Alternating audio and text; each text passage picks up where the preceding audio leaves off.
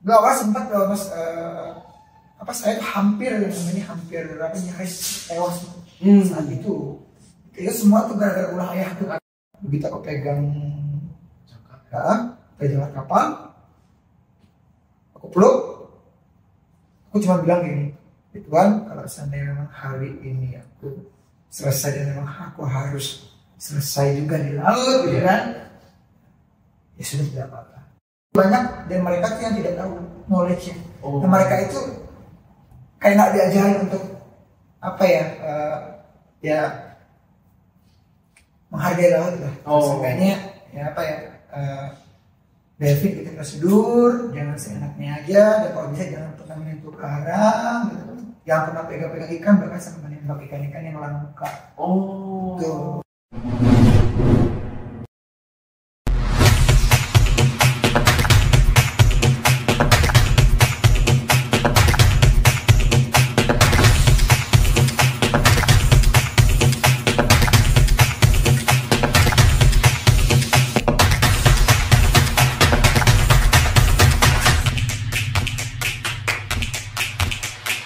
Halo, selamat siang teman-teman leaders. Terima kasih sudah mau bergabung lagi dengan Hive Intelligence Channel yang di-host oleh saya sendiri, Romora Edward Sitorus. Hari ini kita kedatangan tamu yang sangat spesial, yaitu Mas Andre Fernando.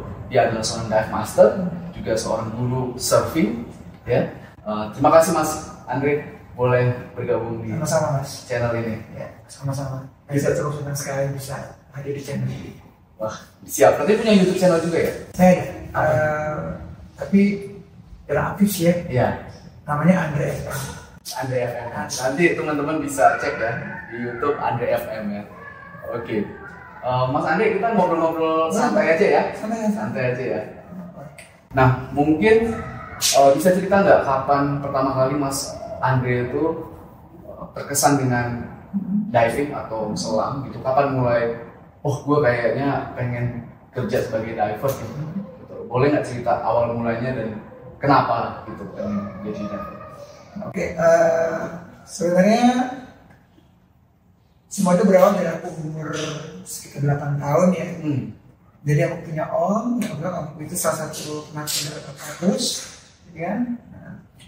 Kecil-kecil aku sempat diajak ke daerah Sangir Laut, di salah satu daerah utara di provinsi Manado, di antara laut. Dan itu salah satu daerah yang kurang diekspos ya, di Indonesia ya. Betul. Bahkan daerah sana pun juga boleh dibilang semua masyarakatnya itu lebih dekat untuk ke Filipina. Saat itu gitu ya. Tapi saat ini sudah lebih baik lah ya. Nah itu saat itu aku masih umur 8 tahun, terus aku lihat omku begitu dia pulang naik cruise, terus dia share waktu itu sempat ada beberapa foto, zaman dulu kan ada foto-foto foto Kodak ya? Foto Kodak film ya? Film. Terus aku lihat, menarik juga nih, gitu kan. Nah, terus di umur 10 tahun aku juga kebetulan kan ayahku seorang TNI ya kebetulan ya. Jadi ayahku itu kebetulan TNI atau udara, dan aku dulu sempat tinggal di daerah Surabaya waktu itu. Ya,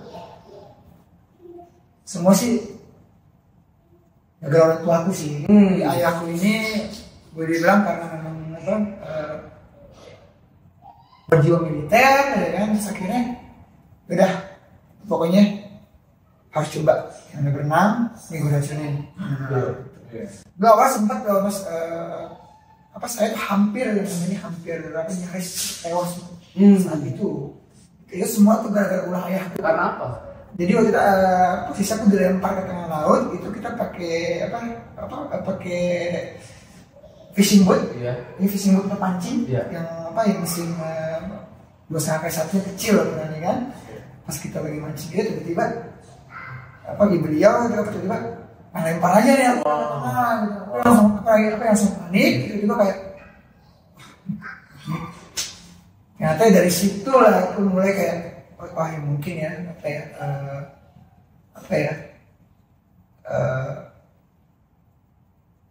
di laut ini mungkin aku bisa namanya untuk menikmati laut gitu kan. Saat itu aku belum diving, saat itu aku hanya berenang. Dan aku dulu kelas kelas 2 SMP aku pernah berenang itu 4 kilometer. Wow. Ya, dan itu tidak pakai alat bantu, tidak pakai fin. Fin itu pakai katak. Sama sekali aku nggak pakai fin. Di posisi ayahku itu di boat, jadi aku benar-benar dipaksa gitu loh. Kayak apa ya, benar-benar itu lah gitu ya. latihan. Jadi apa ya, karena beliau seorang militer, jadi ya apa dia untuk anaknya dia harus kuat gitu. Walaupun ya saat itu badanku, jujur masa badanku tuh benar-benar sangat kurus. Oh gitu ya? Belum seperti ini ya? Ini pun masih agak kurus ya? Ini kurus. Ini kurus jujur, ini kurus masih kayak selama ini. Kurus. Tadi beratnya sekitar 78 kilo.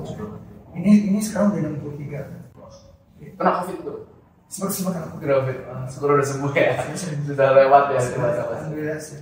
Ya, jadi tadi berenang mas di kelas 2 SMP 4 km tuh dari mana? Itu aku dari Sangat Laut ke pulau ada pulau kecil situ, itu namanya disebutnya itu Pulau Moko. Kita nyebrang ke situ. Iya. Ya udah aku berenang gitu. Dari Moko ke itu Bali. Iya. Wow. Itu ya salah satu pengalaman yang cukup menakutkan sih. Menegakkan ya. Benar-benar Gelap ya sebenarnya. Gelap sih. Oke. Nah, kapan pertama kali mulai pakai alat diving dan mulai benar-benar nyoba itu? Umur berapa teh? Itu aku pertama kali coba diving itu di kelas 2 SMA saat itu. Oke. Ya, di 2 SMA. Di saat itu aku kebetulan diajak ayahku waktu itu kita ke daerah Pangkalan Bun, Kalimantan. Ya, saat itu beliau memang sedang tugas ada tugas ke sana ya. Jadi saya coba untuk pergi ke sana. Juga ada beberapa penyelam kalau dia satu dari Denjaka saat itu. Denjaka itu kan mereka saat itu tuh alatnya benar-benar apa ya yang tidak memadai, dan sekarang zaman dulu itu alat diving itu tidak seperti sekarang. Kalau sekarang alat diving itu jauh lebih canggih dan lebih simpel. Kalau dulu itu apa ya, Budi bilang itu nggak fleksibel ya. Contohnya gimana? Jadi gini, kayak contoh kayak BCD. BCD itu yang untuk connecting ke tabung. Jadi buat pengembang kita tuh supaya connecting ke atas. Sebenarnya aku mau bawa ke sini, tapi berhubung kamu cukup jauh ya. Itu BCD. Jadi posisi itu kayak ini ya, hampir sama kayak jacket. Jacket. Jadi dia itu mengambil udara dari tabung. Betul. Dan dia itu nanti untuk connecting pengunci tabung. Supaya tabung tidak lepas. Bisa kita lihat. Gitu. Oh dulu, bisa di zaman dulu itu apa ya, gue bilang tuh kayak harness kan sih. Dia cuma tali, terus diikat. Boleh bilang tuh apa ya? Dari segi servis kurang ya? Sangat kurang. Jadi kalau sekarang itu dia udah pakai kayak resleting gitu, tinggal enggak, pada posisinya tuh udah pakai quick clip. Begitu. Itu model itu quick clip. Jadi pas ada insiden kita bisa untuk lepas. Nanti aku bawa deh. Siap, kita tunggu ya teman-teman.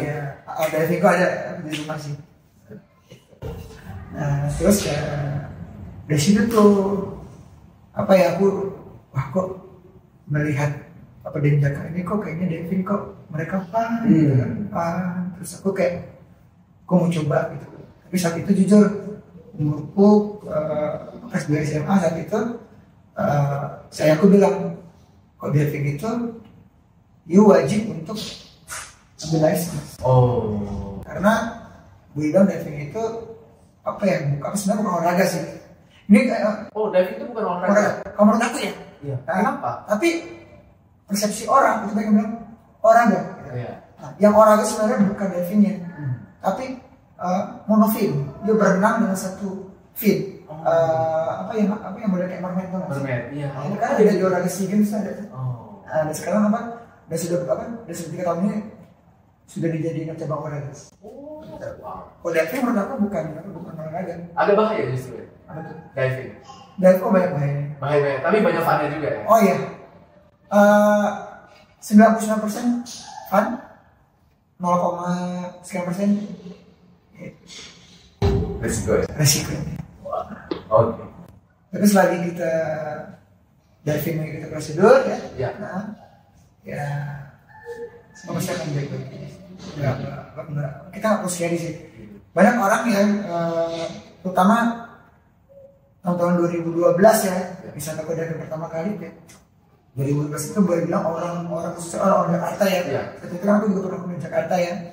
Kita hampir semua orang Jakarta tuh kayak, nggak mau deh coba diving. Ya. Terus aku tanya, why? Ya. Terus dia bilang, aman, takut hitam. Oh, Itu pertama aja. takut itu ya. Hampir semua perempuan pasti gitu. Pertama, takut hitam. Gak bisa terhindari ya, Bang? Hah? Kalau diving pasti itu. Nggak bisa. Itu pasti kita akan hitam. Ya, ya. Oke. Terus Mas? Nah, terus begitu, dulu tuh mindset orang tuh tahun 2012 itu diving mahal. Oh. Itu yang pertama kali Iya. yang beberapa khususnya anak Jakarta ya. Iya. Kalau di daerah mungkin udah berkembang. Oke. Jujur, terutama Bali, Lombok, terus daerah-daerah Manado. Makassar, Manado jauh lebih dulu Manado. Betul. Makanya Manado kan dijuluki kan taman laut kan. Dan dari zaman dulu taman laut. Taman laut. Taman laut. Bunaken. Bunaken. Bagus banget. Mas sudah pernah kesana? Saya sudah pernah. Apa ya? Bisa tahun 2012 itu Bunaken jujur itu sangat bagus sekali. Bahkan Bunaken itu one of the best dive site in the world. Oh, oke. Betul. Dan udah sampai peringkat ke-6 atau 7 di dunia. Oh, wow.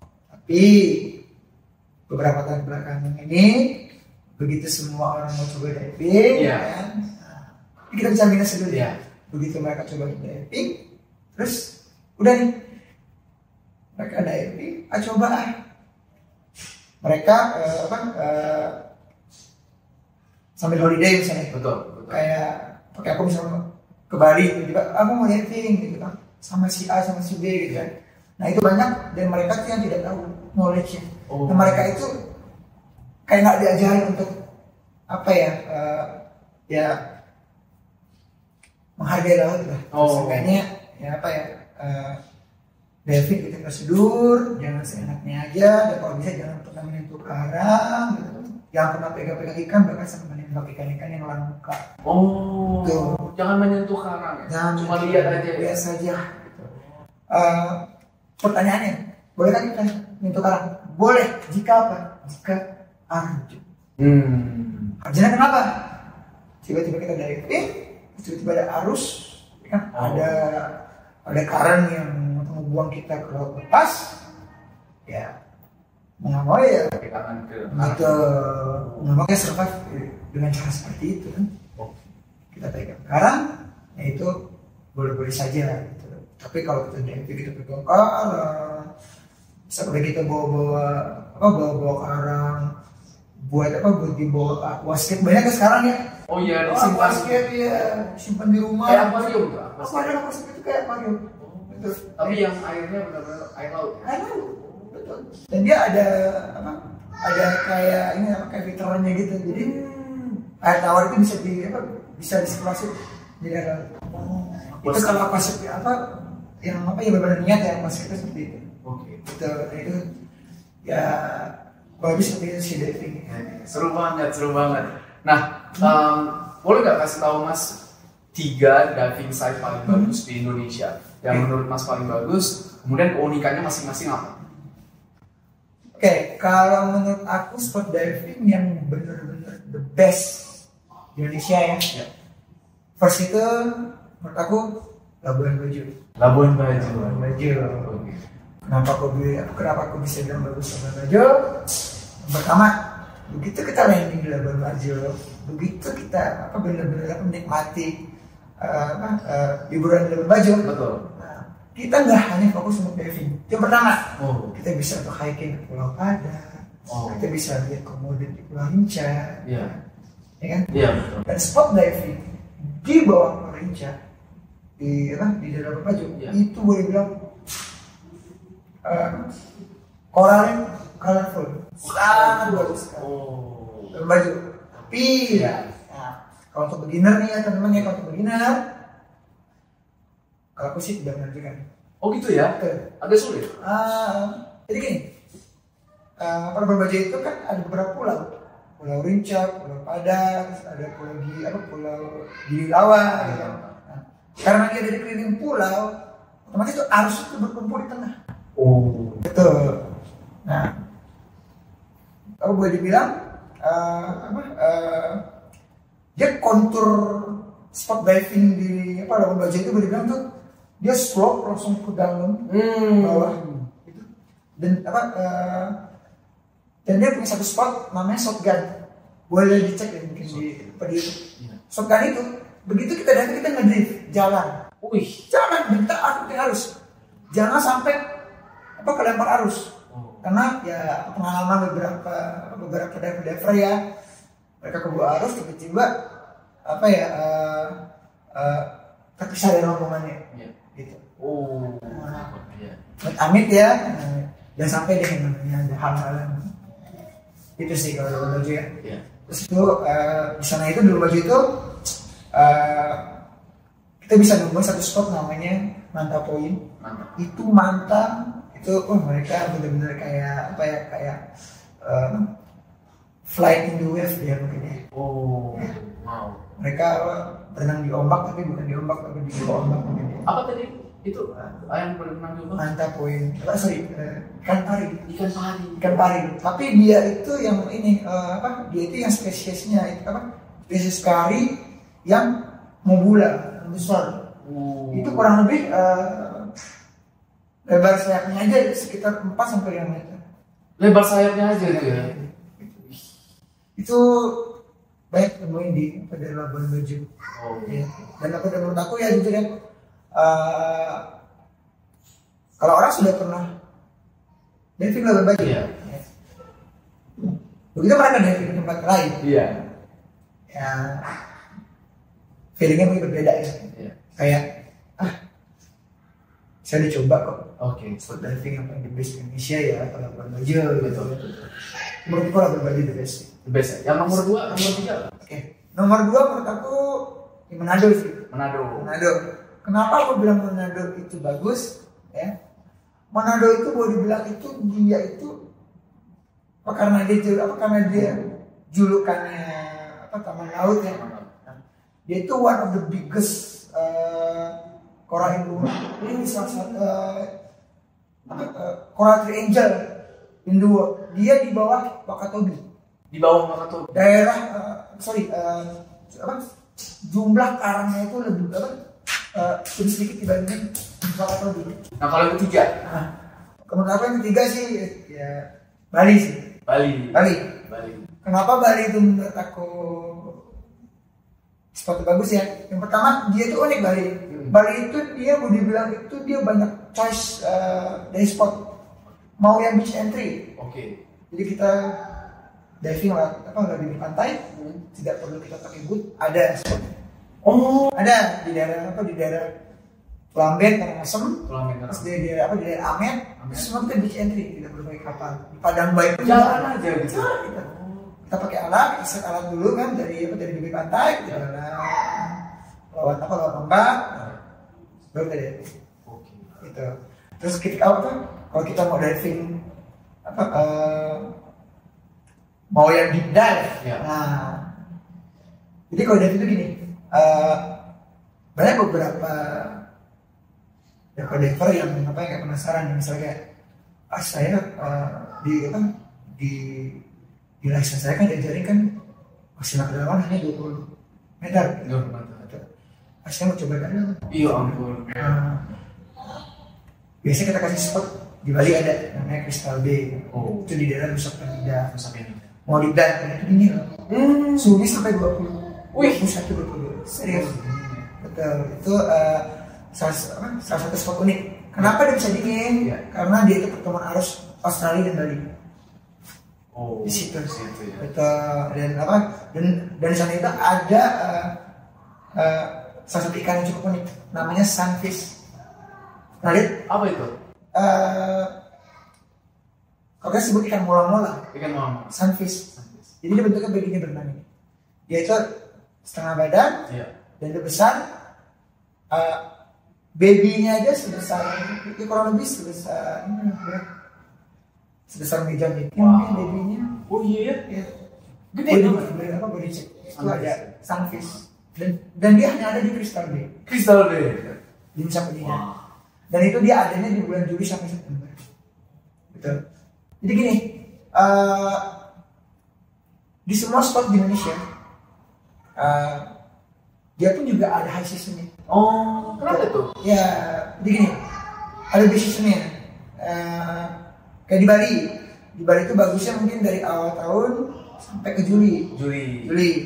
Juli sampai ke September kita udah mulai ke daerah-daerah kayak Batu Lamben, ke daerah Nusa Penida gitu ya. Mulai dari September sampai ke Desember itu nggak bisa ke diving. Oh gitu. Karena itu hari pasang laut. Oh ya gitu. Di Bali seperti itu. Ada waktu-waktunya. Ada waktunya. Jadi kita nggak bisa diving. Biasanya ngapain tuh mas kalau selama kosong diving itu? Biasanya kita hariin begitu misalnya kayak Bali misalnya lagi oke misalnya gitu kan. Nah, kebetulan kita dulu ada ini trip live on board. Jadi kita stay di kapal selama 20 hari. Kita tidur nginep di situ. Benar-benar diving, jadi kita makan, tidur, diving, udah nih 10 hari kita sailing keliling-keliling. Itu biasa kita ke Bali, Ambon, terus ke Labuan Bajo, kita kali ke Bali. Itu kalau lebih 10 sampai 20 hari. Biasanya kita siaran aja seperti itu. Gitu ya. Jadi cari spot-spot lain ya. Iya lah. Karena kita nggak bisa ngandelin satu spot. Hanya di Bali aja gitu kan. Nggak bisa seperti itu. Nggak bisa seperti itu. Wow.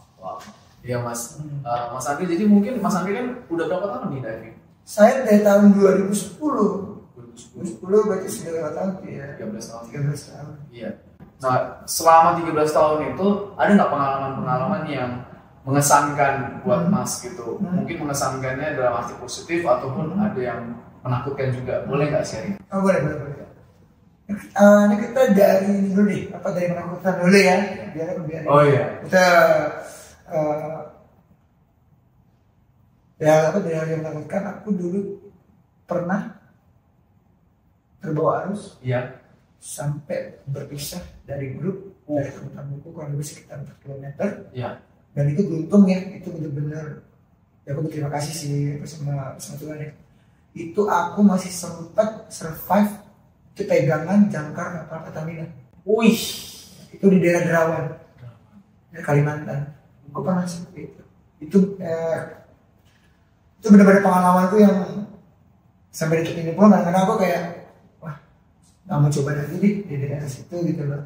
Jadi di Derawan itu ada namanya Pulau Sangalaki. Itu arusnya kalau sudah siang ya, jam 2-an lah, itu arusnya udah. Aku pernah sampai seperti itu. Begitu aku pegang kapal, aku peluk, aku cuma bilang gini, Tuhan, kalau seandainya memang hari ini aku selesai dan memang aku harus selesai juga di laut gitu kan, ya sudah tidak apa-apa. Tapi kalau belum, ya aku masih mencoba untuk mengeksplor laut. Gitu benar kan? Benar gitu. Ternyata aku dikasih mukjizat, tiba-tiba pas posisi jangkar kayak koplo itu aku di kedalaman 48 meter. Dan itu aku nggak boleh langsung naik ke atas, jadi nggak boleh. Jadi aku harus dikompresi stop. Nggak bisa aku langsung, karena aku panik, itu yang ada nanti aku malah capek darah, nanti kita emboli gitu kan. Apa itu? Di emboli itu kelebihan kadar nitrogen itu dibentuknya itu seperti kayak kita kena ulat bulu. Oh iya? Betul. Gitu. Nah gini, kenapa penyelam takut dengan hal yang tadi dekompresi, bisa emboli, itu apa? Yang kita hirup itu begitu kita dari film. Sebenarnya bukan oksigen, oksigen kita hirup 100%. Yang kita hirup yang kita hirup itu nitrogen. Oh iya, 75%. dari tabung. Dari tabung. Jadi kalau ada orang bilang, mas, buat tabung oksigen ya? Bukan. Tabung oksigen, ya. Jika over full 100% oksigen, kena pressure, itu meledak di bawah. Gitu. Dan betul. Dan oksigen salah satu zat berbahaya ya. Yeah. Bener ya? Yeah. Berlebihan tuh sangat berbahaya oksigen. Gitu juga. Apalagi adjust dengan pressure. Itu jadi jadi menakutkan oksigen itu. Gitu.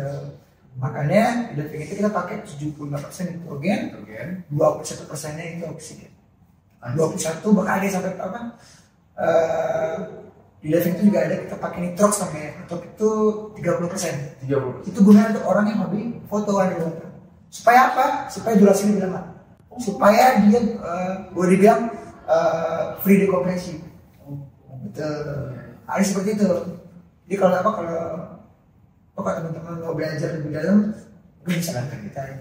Itu lisensinya apa mas kalau diving? Oke. Boleh cerita nggak? Boleh. Tahapan-tahapannya apa cuma sekali atau ada proses trainingnya kemudian dites seperti apa?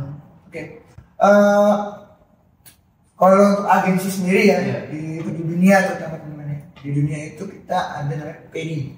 PEDI itu Professional Association Diving Instructor. Jadi PEDI ini salah satu agensi yang mengeluarkan regulasi penyelaman seperti apa. Dia nentukan seperti ini regulasinya, dan pengajaran seperti ini. Nah, jadi boleh dibilang si PEDI ini salah satu agensi terbaik, bukannya aku membedakan dengan sekolah yang lainnya. Apakah agensi yang lain juga cukup baik, tapi kalau orang tahunya pasti kalau begitu dengan diving tahunya PEDI. Di Bali itu banyak, hampir semua itu PEDI, 90% PEDI. Bisa franchise gitu ya? Bisa franchise. Kayak aku nih misalnya, aku mau buka resort misalnya. Aku seorang dari starter gitu. Aku mau PEDI support aku untuk pendidikannya. Mereka mau. PEDI itu kalau untuk wilayah Asia Pasifik kita ada partnernya ada di Australia. Kalau untuk ini aku pusatnya kita ada di Amerika. Di Amerika. PEDI, kan aku dari PEDI dan aku juga dari SSI. Apa itu? Scuba International. Sebenarnya sama aja gitu loh. Ya, cuman yang membedakan tuh gini. Si A ini dulu kuliah di Atmajaya. Si B ini dia kuliah dulu di Trisakti. Nah, dari segi modul modul pengajaran itu sama. Benar sama. Hanya ada beberapa yang beda gitu. Paling hal-hal kecil nggak begitu ini maksudnya nggak begitu jauh banget perbedaannya. Betul. SSI itu kan di dunia ini juga ada rate. Nah, seperti ini rate. Rate. Ya. Dan ini dari Swedia. Ini dari Eropa. Nah, Korek ini beda nih. Korek ini kalau dari itu ini bedanya ya. Kalau si PEDI, si SSI, gitu kan, dia itu maksimal kedalaman hanya boleh sekian misalnya. Berbeda. Nah, karena mereka punya tolak ukur gitu kayak cara ngajarnya seperti ini. Toh kedalaman seperti ini pun problem gitu. Nah, sebenarnya sih masih pro kontra ya. Cuma kalau aku sih bukan membandingkan beberapa agensi, cuma semua intinya benar. Semua itu benar dan semua itu fokusnya untuk pengajaran dan untuk pengembangan diving sih. Berapa lama mas trainingnya? Gitu. Kalau trainingnya itu sebenarnya kita nggak bisa nentuin, jadi semua tergantung progres studentnya. Kan ada tesnya? Ada tesnya. Inilah Dan kita juga di action itu ujian. Oh, Dan soal ujian tulis ya. Tulis. Ya sim. Dan kita hitung-hitungan. Kalau sekian, kalau sekian semua ada. Betul fisikanya. Wow. Betul ada semuanya. Oh, cukup intens ya. Banget. Biasanya orang rata-rata selesai untuk license berapa lama? Kurang lebih sekitar sebulan ya. Sebulan. Tapi ada orang yang kayak benar-benar dia panik mungkin ya. Dia progresnya juga begitu-begitu aja gitu. Sebenarnya gini, balik lagi ya. Yang namanya student jago itu sebenarnya bukan karena siapa nih, karena diri dia sendiri. Oh. Benar nggak? Iya. Kalau dirinya memang benar-benar mau belajar, terus mau menikmati gitu kan benar. Kalau aku selalu bilang beberapa tamuku, beberapa aku bilang dive is serious fun. Apa itu dive is serious fun? Oh.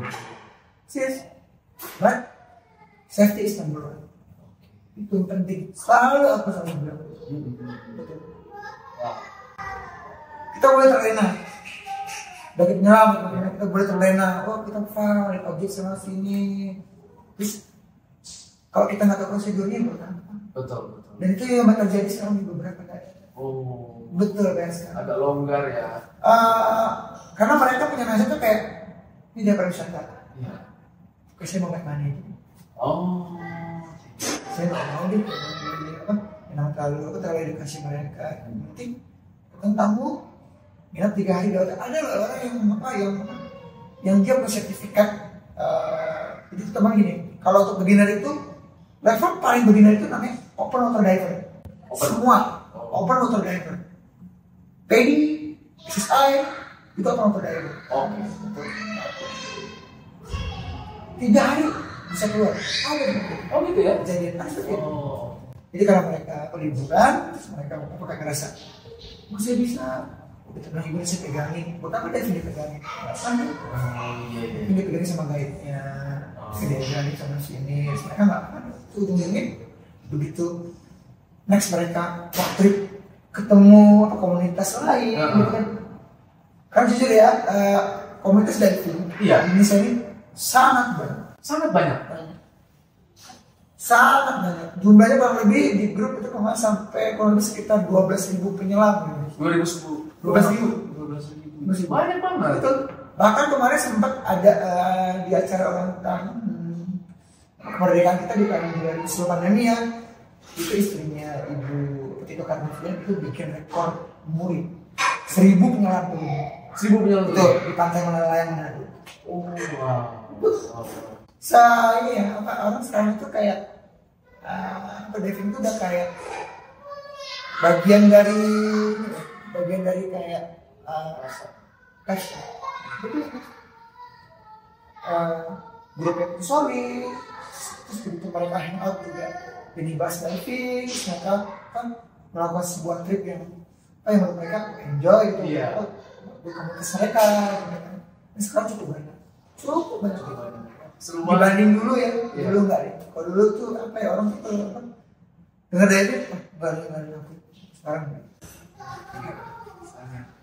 Makanya ayo Mas Morani ini segera ikut ini deh. Ya, boleh nih Mas, nanti kita atur ya. Wah, seru banget teman-teman. Jadi ada 12.000 lebih tuh orang-orang yang mungkin coba gabung ke komunitas diving. Mungkin teman-teman tertarik juga silakan cari di Facebook ya, grup-grup itu ya. Di Facebook ada, di Instagram juga ada. Kebetulan di Jakarta ini salah satu penyedia kursus selam terbanyak di Indonesia. Ya, kalau kami bilangnya itu dive center. Jadi dive center itu hampir semua dive center itu mereka punya fasilitas kayak kolam renang. Gitu. Jadi kalau kalian ingin belajar, sekarang udah nggak perlu yang harus ke pantai ya. Nggak perlu. Jadi cukup dengan hubungi salah satu dive center di Jakarta khususnya. Kalau kalian ke Jakarta atau kalian di Bali lebih baik lagi. Jujur, biaya Bali sama biaya Jakarta lebih cheaper Bali kenapa sih? Bali lah sih. Karena kalau Jakarta kan mungkin jauh dari laut ya. Iya. Terus juga kos akomodasi kan pasti kan double ya gitu kan. Karena kan mesti sewa dulu kita ke Pulau Pramuka, Pulau Sepa gitu kan. Iya. Kalau Bali nggak perlu. Kita diving cukup dengan beach entry aja dari pantai, kita setting alat dari bibir pantai. Iya. Itu Bali sebenarnya. Nah, itu asik ya. Benar-benar Bali sih. Tanpa disadari kita sebenarnya proses identifikasi dengan cara diving.